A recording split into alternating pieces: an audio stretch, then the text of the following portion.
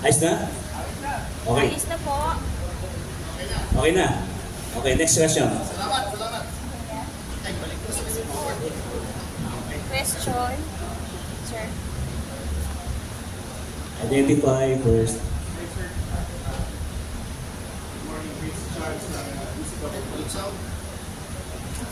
Sir, ang follow up lang dun sa question kanina. Bakit sa tingin nyo i-train ng NBI sa kanilang facility instead of transferring it already sa HOR and Senate? Hindi ko actually alam eh. Nagkakabot din ako ng ulo eh. Kasi talagang yun ang procedure. Kasi katatapos na last year lang yan, di ba? 2022, kung hindi ako nagkakamali, if memory serves, si Lincoln Ong diretso sa Senado eh. Kasi doon ko siya pinuntahan sa Senado. Nag-away pa nga kami nung sino ba yung general dating sergeant at arms ng Senado? Balahadya. Ha? Hindi, si Balahadya, mapait yun eh. Nakasama ko sa Bangladesh Bank Scam at saka yung sa fertilizer fund scam. Nung natitain din yung mga kliyente ko, na-release din. Yung sumunod kay Balahadya, nung nag-retire na si Balahadya, sira ulo nun eh. Lagi mo nagkausap na yung kliyente ko, pinalalabas ako. May kumapit ako sa silya. Sabi ko, kung ilalabas niyo ako rito, on record yan, kung lalabas niyo ako rito, pupuhatin niyo ako. Hindi ako lalabas on my own 2 feet. Nagdalawang isip yung mga gwardiyo kasi bigat ko eh. Hindi ako pupuhat. Sabi niya, sir, hindi, okay lang. Hindi nakakandi, ayun yung maluskusan. Anyway. So sir, confirm lang namin, pinag-aaralan nyo or definitely na magpo-file kayo ng case against them dahil... We will file. Hindi pwedeng these things cannot go unaddressed para hindi na ulitin. Hindi pwedeng ganito. We are a government of laws and not of men. We follow the force of law, not the law of force. Okay. Sir, good morning. Mary po from Radyo Pilipinas. Sir, you've mentioned kanina na pinayuhan niyo yung client niyo to remain silent. So, pagdating po sa hearing, wala bang maaasahang sagot yung mga senador and mga congressman na magtatanong sa kanya sa hearing? We shall see depending on the question. Basta hindi self-incriminatory kasi they have to realize, sana ma-realize ni Risa, si Risa number 1 na violator ng batas eh. Mambabatas pa naman siya. The Constitution guarantees pag isang tao ayaw magsalita, ay hindi mo pwedeng pilitin. That is part and parcel of the safeguards under the Bill of Rights. Ano ka? Mas matindi pang Senado kaysa sa Bill of Rights. The Constitution is the highest law. Pag sinabing, I don't want to incriminate myself, galangin mo, huwag mong pilitin. Gusto mo, pakulong mo. Walang problema. Power yun ng legislature. Pero karapatan din ng tao na hindi magsalita. Pag-contempt mo kung gusto mo. Power niyo yun. Hindi natin maki-question yun. Binibigyan ko na sila ng clue, But to threaten or to scare or to bully anyone into giving up the right to remain silent and the right to against self-incrimination, ibang usapan yon. And we will not take that sitting down. Ito si Risa laging talo bago mananalo kulelat lagi. And sir, kamusta po ang client niyo ngayon sa huling pakikipag-usap niya sa kanya? And siya po ba mismo ayaw niyang humarap kung siya po yung tatanungin dito sa mga hearings? Thank you. Siyempre, sino pa naman gusto humarap sa isang body na yung ibang miyembro, hindi ko nila lahat, marami tayong kaibigan dyan. And as an aside, I just have to say this, surprisingly, yung minamaliit pa nila na si Robin Padilla, yun pa po ang gumagalang sa lahat ng rights ng everyone. Noong umattend ako doon sa kay Sandro Mulak, hindi niya binastos kahit yung mga inaakusa na nag-abuso. Pinagsalita niya yung mga abogado, lahat was treated decently and calmly. Yun pa ang may respeto sa human rights and the Bill of Rights, si Robin pa. Yung iba dyan, talagang akala mo mas mataas pa sila sa konstitusyon. Sisigaw doon, mambabastos, wag naman. Sinabi na ng korte, doon sa famous case of Derry versus Senate Blue Ribbon Committee. You should treat resource persons respectfully and in a dignified manner. Pag sila ay whenever they avail of their rights, do not repay their exercise of their rights with insinuations. Sana sundin nila because pronouncements of the Supreme Court are part of the law of the land. Kahit senador ka, baka sabihin na, porket senador ka, di ba? Oh. Hindi pwedeng porket senador ka, hindi mo gagalangin yung sinasabi ng Supreme Court, yung pinag-uutos ng Supreme Court. According to our legal system, rulings of the Supreme Court become part of the law of the land. Batas yun. Yun din ay batas. Mambabatas ka, galangin mo batas. I'm looking at you, Rizon Tiveros. Next question. Ikaw, Joanna, tanong ka? Sir, other topic. Other topic, sir. Huwag lang love life, ha? Hello po, sir. Joanna Casilaw ng GMA News Online. Sir, may updates po ba kay former Congressman Teves sa Timor-Leste? Wala. Kalabo pa rin. Anyway, maybe I'm able to say this, bibiro lang ako. Actually, anyway, this is a done deal. Mr. Teves has resorted to the remedy of bringing the matter of his harassment and political persecution before the United Nations Commission on Human Rights. We have retained counsel in the Netherlands, and they have made filings before the UN. 2 filings, in fact. One is invoking his right and complaining about violations of his human rights. And another is an application to the special rapporteurs to look into the case and see whether or not there is a violation of the rights of Mr. Teves as an individual and subject of international law under both the United Nations Universal Declaration of Human Rights and the International Treaty on Civil and Political Rights, both of which the Philippines is a signatory, and therefore under the law, under the doctrine of incorporation, they become also part of the law in the same level as acts of Congress. Therefore, dapat sundin ng ating gobyerno. Ito na, bago yun, ha? Update yun. Sir, kailan niyo po yan final? Last week pa. We have this is a law office na nag-specialize sa mga ganitong violations. Parang if you recall, in 2011 or 2012, when I was representing former President Gloria Macapagal Arroyo, di ba yung asawa ni George Clooney, si Amal Clooney, filed a similar application, and the United Nations Working Group on Human Rights held that the rights of Mrs. Arroyo, most specifically the fact that she's being held without bail and was being deprived of due process, violated her human rights under international law. Ganyan po magiging saying. Kanya lang, noong time na yun, itong si Laila de Lima, ay, sabi niya, hindi namin susundin yan, hindi valid yan. Pero nung siya nakakulong, pumunta rin siya roon. Ito yung kaipokrituhan ng ibang tao, no? Nung panahon ni Arroyo, hindi daw kayo kilalanin nila yung baliwala daw yun. Nung siya nakakulong, doon din siya pumunta. Sa same body, sa UN. Nagpadala pa ng special rapporteur na magulo buhok dito, di ba? Oh, that is how hypocritical some people can be. Grabe.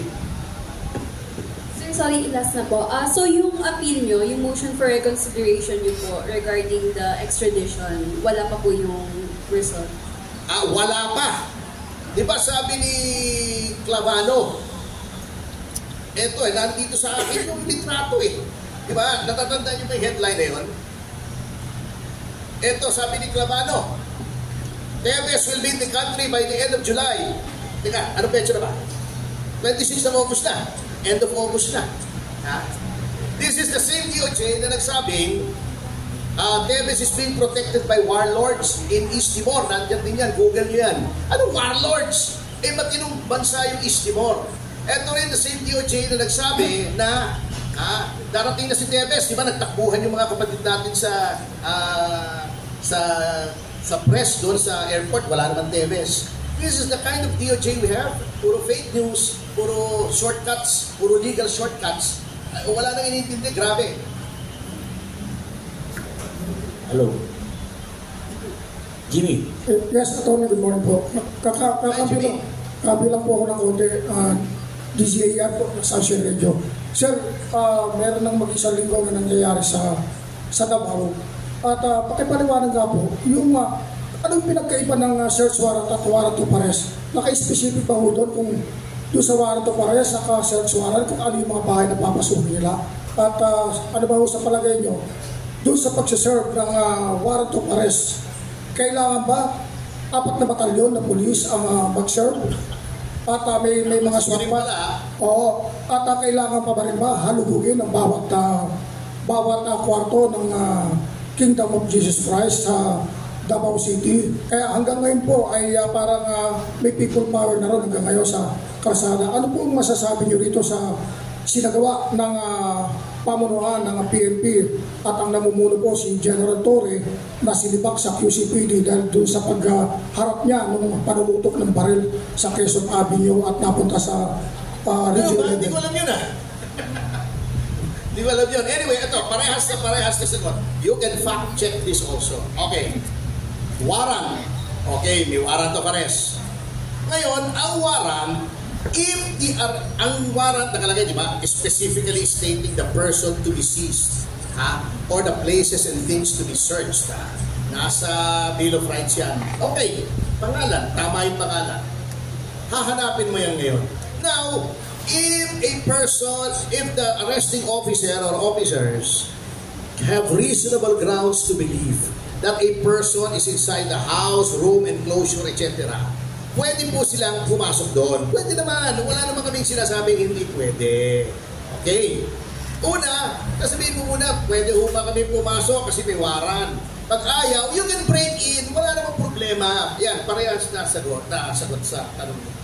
Ngunit, kapag ikaw ay pumasok dyan, sinerch mo, by the way, warrant of arrest lang yan, hindi search warrant yan. Hindi ka pwede mag-umpis ka ng kahit ano dyan, Kahit ano makita mo dyan, except in plain sight. In plain sight. Hindi ka pwedeng naghuhukay-hukay ka dyan o whatever. Pag sinerch mo yung premises at hindi mo nakita yung tao, umalis ka na. Okay. Kung gusto mo, pulis ka naman, i-surveillance mo, maglagay ka ng mga tao sa harap. Pero for you to enter, hindi nyo nakita, hindi ka na umalis, hindi pwede yun naman. Sa ang planeta, legal yun. Kasi, tinake over mo na yung property, binayolate mo na yung privacy ng mga tao. That's private property. Bakit ka nandoon? In this case, ano pa, ginagamit pa sa worship. Hanapin mo. Bahala ka sa buhay mo, maghanap ka. Di ba, pinakita yung litrato, nakita nyo yung viral, hinahanap nila si Pastor Kibulay sa loob ng Shurak. May Shurak doon, tinitinan lahon. Baka nandito si Pastor, nagtatago sa loob ng sapatos. Kengkoy Talagang kengkoy. Comedy. Ngayon, pag wala ka nakita, umalis ka na. Di ba, pumasok na NBI doon, di ba? Walang nakita. But for you na sasabihin mo, papaligiran mo kayo, di kayo may aalis dito pag wala si Pastor Kibulay. Paano kung wala ron? Kung nasa Bacolod, nasa Iloilo, gawin mo ron. So, 10 taon ka nasa labas ng kingdom, 10 taon ka naka-take over sa kingdom. Ngayon, puputulan pa daw ng kuryente at tubig. Wala namang ganun sa matasi. Nakakasuma na talaga. Grabe. Kaya nga, alam nyo, ito lang, I just have to say this because this is personal. Kasi loyal po tayo sa mga Marcos. 40 years pinaglaban nila para mabura yung pinagsasasabi ng mga narrative na diktador si Marcos, magnanakaw, etc. Si Junior, parang pinatutunayan niya kung anong sinasabi. Sa kanila, totoo Alam nyo, sad to say, Mr. Marcos Jr. will end up as a tragic figure in history. As someone given the golden opportunity, not given to millions. Sinong binigyan ng kanyang oportunidad na itayo mo uli ang pangalan, ang iyong pangalan, ang pangalan ng ama mo na Marcos? Anong ginawa mo? Itong ginawa mo. Well, he should have taken his lesson from Noynoy. Ano nangyari kay Noynoy? He died alone. Miserable. Walang nagmahal sa kanya. Na hindi nga niya kasama yung pamilya niya nung namatay siya It's going to be a tragic figure, I'm telling you. History will judge him accordingly. At 3 taon na lang yan. Yun nga sinasabi ko, someone should be whispering in his ear, look behind you, you are but a man, you are not a God. Attorney, last na lang. Anong pwedeng ikaso sa mga PNP official na kumugkup sa AOJC hanggang sa ngayon? At hindi na sila pwedeng palabas ng mga tao sa loob ng mga miyembro ng TJOC at hindi rin pwedeng pumasok sa loob. Second, yung warrant of arrest ba hanggang kailan mapapasuyan? Dapat dyan may return eh. I-return mo yan whether served or unserved. Mapapaso yan, kaya nga siguro na may pressure sila. Pero yung sasabihin mong hindi pwede pumasok, hindi pwede lumabas, unang-una great coercion yan. But you know, I will leave all of that to my more able colleague in Davao, si Attorney Boben Torion. Siya nasa field kasi, siya nakakita. Pero nakita niyo naman siguro lahat ng video, yung isang babaeng ministro, yung isang babaeng opisyal ng KOJC, patraidor, nakatalikod yung babae, si Sister Lori, biglang pumunta isang pulis, spray ng pepper spray sa mukha. Yun ba naman asal ng pulis. Bago, nakita nyo ba yung naninigarilyo ng pulis, sinisita sila, ayaw makinig, di ba? Hoy, nasa Davao ka, bawal manigarilyo rito. Yung mga ganung pambabastos, conduct unbecoming yun eh. It's so sad to see our police na naging ganito na sa ilalim ng administrasyon na to. Galing din po ako sa DILG. I was assistant secretary of DILG at one time during the time of Mayor Lim. At actually, in all fairness, kami ni Ping Lacson nag-away kami niyan. Ako nagpawaran sa kanya, remember? Doon sa Desel Corbito, murder case. Nagtago nga siya, di ba? Yun ang ginagamit kong phrase ngayon, fugitive from injustice. Hiniram ko kay Ping Lacson yun thanks sa Tata Ping. Anyway, at this long time na yun, napaka-professional ng police. Even during so many administrations, napaka-professional ng police. Pero ano nangyari rito? Even nung ina-aresto si Madam Arroyo, napakagalang, napakaayos ng police. Ano nangyari sa ating police? Ano nangyari sa NBI? If there is one thing that I'd like to fault this administration is yung deprofessionalization ng NBI at sa kanang police force natin. Grabe. Okay. Sandra, may tanong ka, Sandra? Okay na, natanong na. Thank you. Sige lang, may tanong. Morning po, Attorney. Dante po, UNTV. Attorney, ang tanong ko po, noong nakaraan kasi, natanong din namin ng DOJ, nagkasundo na rin po yata yung Senate House that the custody would be at the NBI. Ano po nakita nyo ba, bakit biglang nagbago yata at gusto nang i-take custody ng House? Nagkasundo ang Senate? Parang may nabanggit si Asi. Kasi walang warrant ng Senate, nag-holiday Noong Thursday before the holiday, nabasa ko sa dyaryo, inamin ni Senate President, i-fact-check nyo ako kung dito to. Sabi ni Senate President Escudero, meron silang order of contempt. But iba yun Order of contempt, sa committee level yun, you're held in contempt. Kasi ang pwede lang pong mag-sign ng warrant ay either the Senate President or the Speaker of the House. Si Tambi. So, ang mangyayari dyan, after the committee has issued an order citing someone in contempt, it is forwarded to the office of the Senate President for signature. Sinabi niya wala pa siyang warrant. That is why sabi niya, ayan, i-google niyo po ito, kailan lang naman, sabi niya, magkikipag-coordinate daw sila sa House, which has the only standing warrant against Cassie Leong to ensure the attendance of Cassie Leong sa Senate hearing, which is going to be tomorrow at 10 a.m. Yun po. Ngayon, paano magkakasundo ang Senate at ang NBI na ang custody ay nasa NBI when the Senate does not have custody of Cassie Leong? You cannot give what you do not have. Nemo dat quod non habet sa Latin. Isa po, Attorney. Ano ba yung, di ba nabanggitin nyo, parang may pressure sa NBI, sa higher up? Ano ba kayang dahilan? Bakit ganon? Alam mo, I do not know any advantage na mangyayari kung siya ay nasa NBI. Problema pa, legal problem pa They could have just turned it over nung, alam na nila, di ba? Several hours naman Di ba? Nalaman, nahuli. Di ba?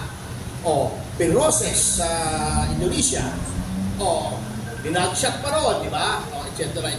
Sinakay sa aeroplano. 2 hours and 50 minutes ang biyahe ng aeroplano from Indonesia to the Philippines. O, pagdating dito, may immigration pa, di ba? Then dinala pa sa immigration. Plenty of time to call General Taas and say, General, nasa amin na po si Cassie Leong. Ibibigay na po namin sa inyo kasi meron kayong order sa house to take her into custody. Ganun lang kasi hindi ko rin maisip. Kasi wala namang advantage eh. Naboblema lang sila eh. Okay, naboblema sila. Ngayon, ita-turn over nila. Sana tinurn over na nila.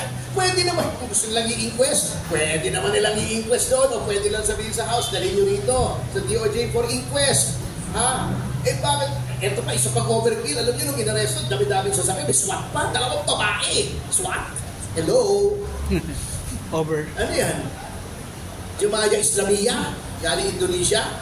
Nang-etik talagang buhay ito. Talagang napapailing ka na lang eh. Kung matinuhang tao, ha? Matatawa kang hindi maintindihan eh. Kaya nga sabi sa akin ni Casey Constantino nung ini-interview ako, sensya na kayo, mataldal ako ngayon, dami ko na inom na kape. Sabi niya, kasi natawa ko, sabi ko, bakit harboring a fugitive?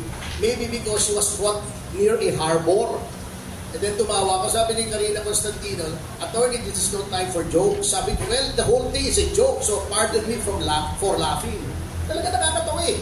Inkoy. Last 2 questions tayo. May manok ba? Meron pa. Ano pa naman eh. Isa lang, ang Mr. Kibuloy issue po, attorney. Nagkausap ba kayo ni Pastor Kibuloy? And, kasi mayroon din mga nagsasabi, para matigil na yung komosyon o anumang violence, the only way is for him to surrender and face the process of law. Meron po ba kayong ganong maipapayo para yung mga pulis hindi napapasok o hindi rin magkakagulo? Paano pong gagawin niyo po, attorney? Kami as lawyers, we can only give our client the best legal advice that we know. Ngayon, ultimately, it is up to the client, especially when it comes to surrendering, it is a personal decision. Pero, hindi ko ginajustify, but also, I cannot blame Pastor Kibuloy because of all these things that are happening. If you take them all together, sa Senate, yung ginawa kay Harry Roque, yung ginagawa sa mga Duterte, he is probably apprehensive that he will not get a fair shake under this government. So, following the Lacson Doctrine, naging Lacson Doctrine na yun, he may, sabi ko may, kasi hindi strictissimi juris, he doesn't fall under the definition of a fugitive. He may now be a fugitive from injustice. Para possible this one. Sir, ilang araw na ang PNP sa Davao. Sa tingin niyo po ba, totoo yung sinasabi nila, nandun naman si Pastor Kibuloy or mali yung lugar na kanilang pinuntahan para ma-stay out sila? Hindi ko alam eh. Nandun na sila eh, di harapin na nila. Diba, kanina naririnig ko, meron pa daw sila mga sophisticated equipment, yung mga nakaka-detect ng heartbeat, etc. May infrared pa daw, mga drones, etc. Ano naman, hanapin na nila. Kung talagang wala, anong gagawin mo kung wala ron? Ano namang i-materialize mo ron?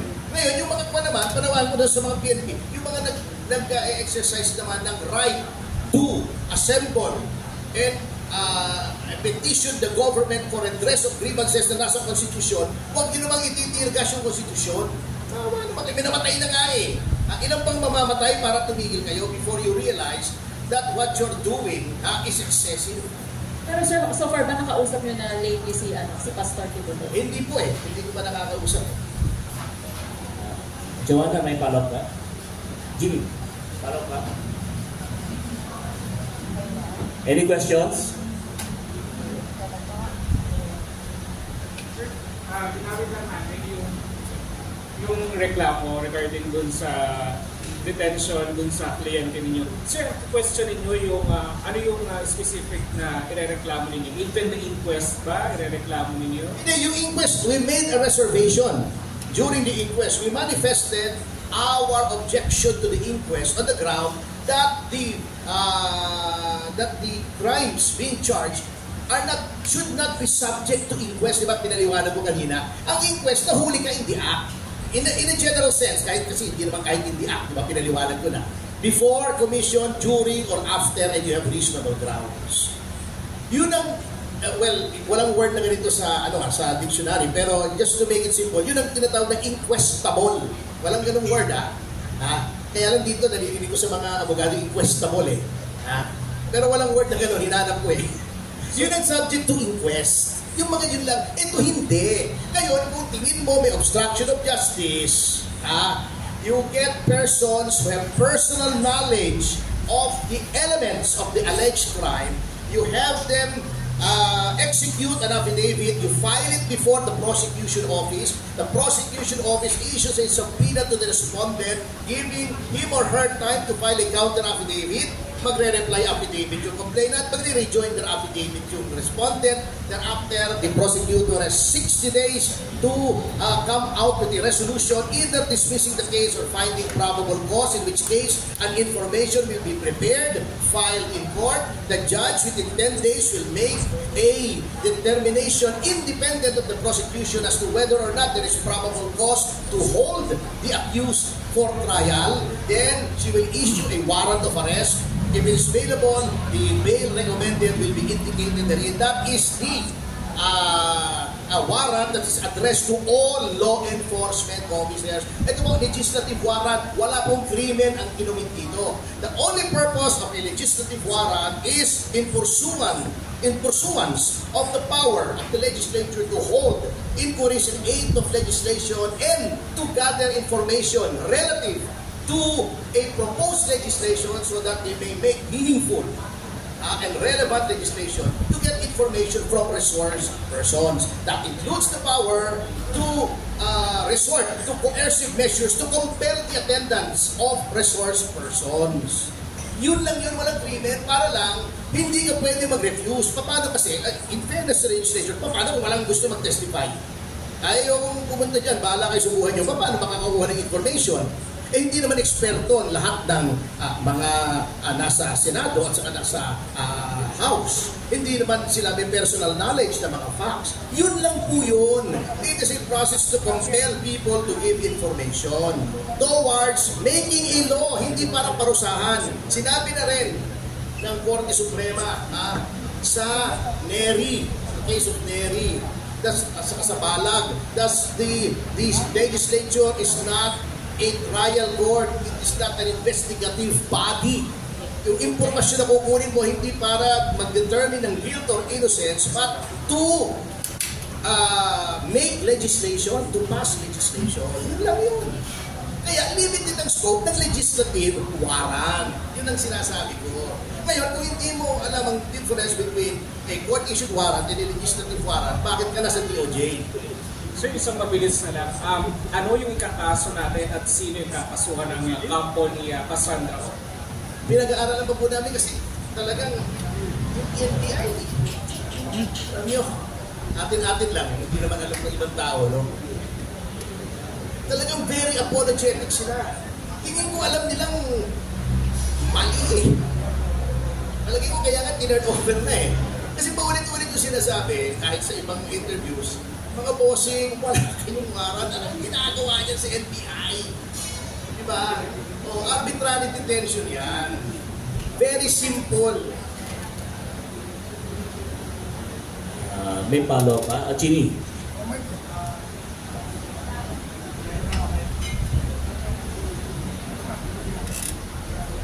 Wala na